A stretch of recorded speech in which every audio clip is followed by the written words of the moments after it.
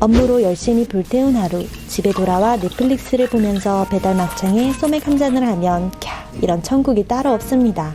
이렇게 한국에서 술과 함께 먹는 고기 하면 가장 먼저 떠오르는 막창은 언제나 국민 안주 탑티어에 머물러 있습니다.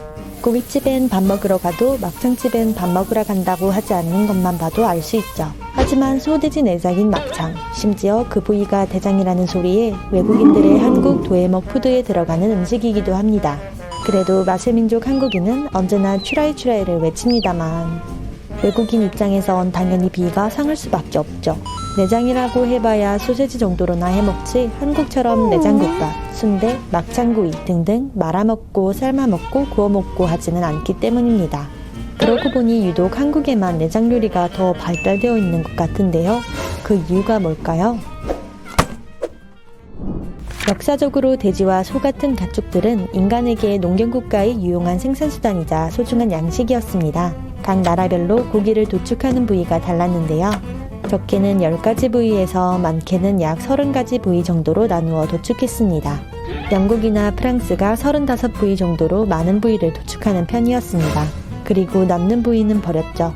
하지만 밥그릇에 붙은 밥알 하나까지 싹싹 긁어 먹지 않으면 예끼 버르장머리 없는 놈 하며 혼났던 한국인들은 알뜰살뜰하게 무려 120부위로 고기를 세분해버립니다.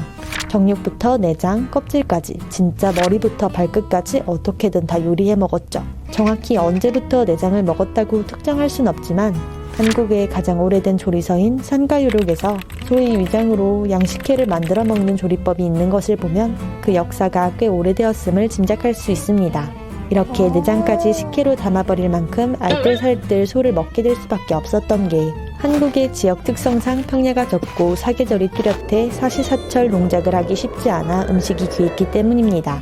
특히 소 같은 경우 좋은 단백질원이었지만 농경사회의 중요한 생산수단이기도 해서 잡아먹기 쉽지 않았는데요.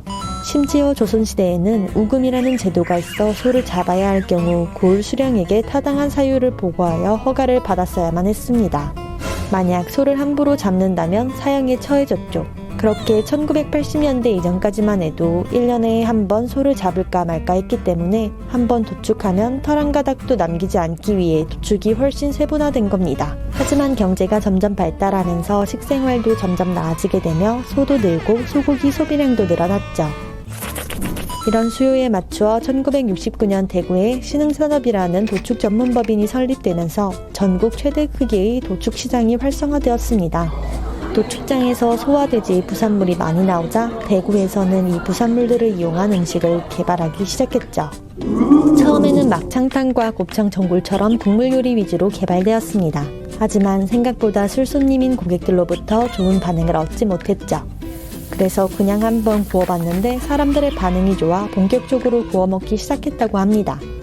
지금은 구워먹는 게 일반적이지만 과거에는 내장을 구워먹는 게 좀 더 신기한 일이었어요. 내장 종류는 신선하지 않으면 냄새가 너무 많이 났기 때문이죠. 당시엔 급속냉동 같은 보관 기술도 없고 말이에요. 하지만 국내 최대 규모의 우시장과 도축장이 있는 대구에선 그런 걱정 없이 내장 같은 부속고기를 신선하게 얻을 수 있었고 자연스럽게 막창구이가 유명해져 막창골목이 형성될 수밖에 없었다는 말입니다. 그리고 지금은 막창하면 돼지를 먼저 떠올리지만 대구는 소막창이 원조입니다. 90년대 들어와서야 돼지 막창까지 통틀어 막창구이로 판매하기 시작했죠. 그래서 종종 이 막창될 부위에 대해서 오해하는 경우가 있는데 돼지의 막창과 소의 막창이 의미하는 부위가 다르다는 겁니다. 돼지의 막창은 우리가 흔히 알고 있는 변을 보는 측장 부분이 맞습니다. 그래서 가격이 싸죠. 하지만 소의 막창은 네 번째 위인 홍장을 의미합니다. 이 부위는 다산 적양용의 아원각비에서 가장 맛있는 부위 중 하나다 라고 소개될 정도로 약 200에서 400g 밖에 나오지 않는 귀한 부위 중 하나죠. 돼지 막창은 몰라도 소 막창은 조상들도 인정한 비싸고 좋은 부위 중 하나인 겁니다. 그리고 막창구이에는 또 다른 별미가 있죠. 쌈을 먹을 때 쌈장이 있듯 막창구이집에 가면 땅콩, 콩가루, 고춧가루, 된장 등등 여러가지 재료를 넣어 만든 막장 소스가 함께 나오는데 대구 막창을 다시 찾는 이유가 이 소스 때문이다 라고 말할 수 있을 정도의 마법의 소스로 유명합니다. 바싹 익힌 꼬들꼬들한 막창을 막장에 찍어 먹으면 입안 가득 기름진 풍미와 함께 막장의 짭조름하고 고소한 맛이 합쳐져 절로 술 한 모금이 꼴깍 넘어가는 아주 그냥 한번 맛보게 되면 다시 찾을 수밖에 없는 마성의 맛을 느낄 수 있습니다. 원래 내장을 구워 먹지 않았던 일본조차 제일교포들이 막창구이를 해먹는 모습을 보고 따라 만들어 먹었다는 말이 있을 정도니까요. 이제는 대한민국 어딜 가나 많은 막창 가게를 볼 수 있는데요.